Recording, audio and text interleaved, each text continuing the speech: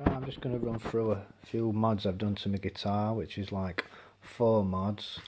I suppose one in a mod, but anyway, first one I guess is fret sprout, which was quite bad on this guitar. So I ended up watching a few videos on YouTube and then spending a couple of hours sorting all these two sides of my frets out, which it's really smooth, really nice to play, a lot easier to play. It's just a really good thing that you can do, really. It's just a bit of maintenance you can do to your guitar. It's not really a mod, I suppose.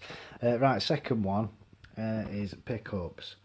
You can put any Strat pickup in this. A lot of people use the mini humbuckers because obviously they're just a bit more powerful.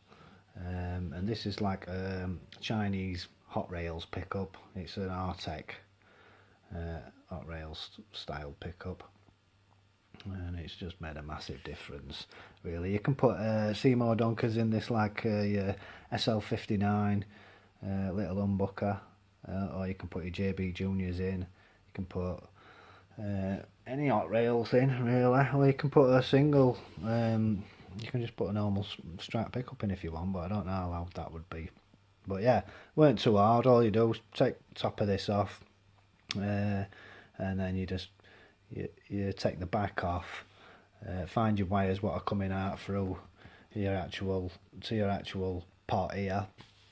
You can just pull them a little bit and you'll see which ones they are, and then remember them two points where you take them off here, desolder them, and then you put your new pickup, wire it through and just solder it onto the points that you've actually took off. So it was quite simple to do, took about an hour. So that was a really good mod, but because it's a lot louder pickup, my amplifier inside kind of blew up. Well, it didn't blow up, it just stopped working properly, and it had blown, really, my amplifier in it. So third one, changed the amplifier to an Artec, hold on, SDAT it was.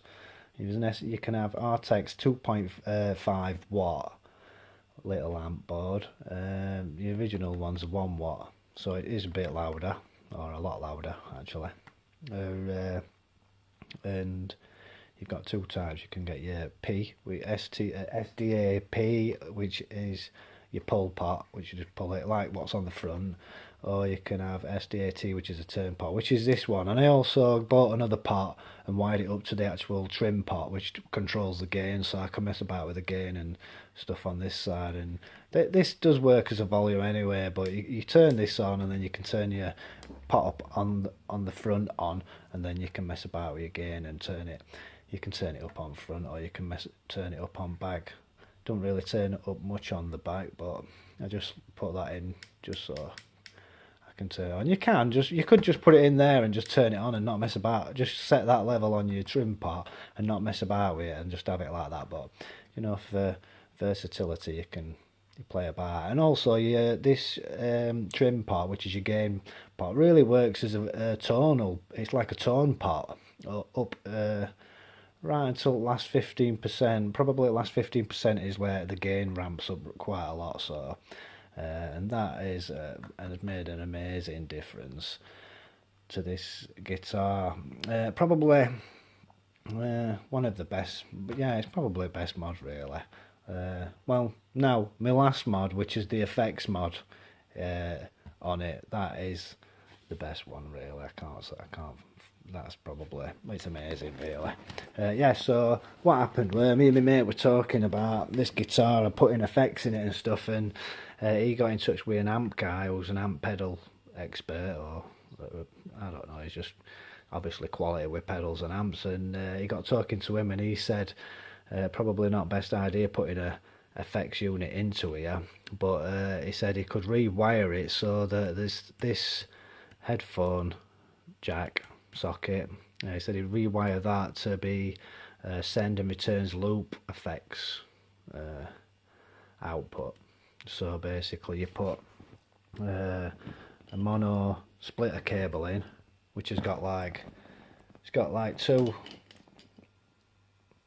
two jacks on that side, and then you've got just a small jack on this side which goes into your headphone. Just pop it into your headphones socket, and then you just put these two jacks into your pedal, and bam, you've got instant effects. So you can wire it up to any pedal, or you can put it up to your pedal board, you can wire it up to a multi-effects unit, or you can plug it into your PC with like an alternative cable. I use in the PC I use Behringer Guitar Link, so which is quite good.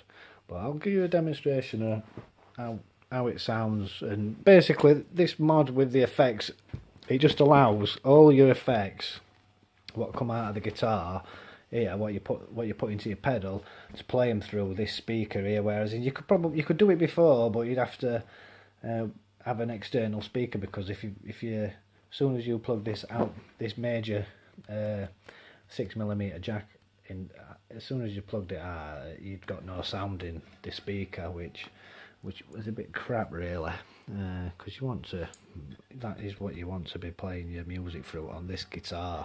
You want all your sound coming out of here. So now you can put a looper, you can have it up to a looper effects pedal, have your loops coming through and mess about and stuff like that really. But anyway, I'll give you some demonstrations with effects pedals on it, and show you what the actual guitar sounds like now with an effects unit and this. But I don't know whether you'll notice any. Well, you will actually. It sounds amazing compared to what it used to do. Also, before I go, if you're going to do the mod with the amp, it's only 4 wires and you just solder them on. And I think there's a few. I think there's a video on YouTube, someone showing you how to wire it up, and also I think there's someone showing you how to wire this pot up as well. So also one more last quick thing, if you're going to do that mod, you need to be getting a 9-volt rechargeable battery, because your batteries won't last long. I think I'd got some 175 mAh 9-volt batteries, rechargeable ones, and they were lasting about an hour. So this now is 600 mAh, that's about 3-4 hour, maybe a little bit longer if I'm using putting it on the PC. It seems to last longer when I'm running it through PC. But yeah, rechargeable batteries, EBL 600 mAh, they're good ones then, really good.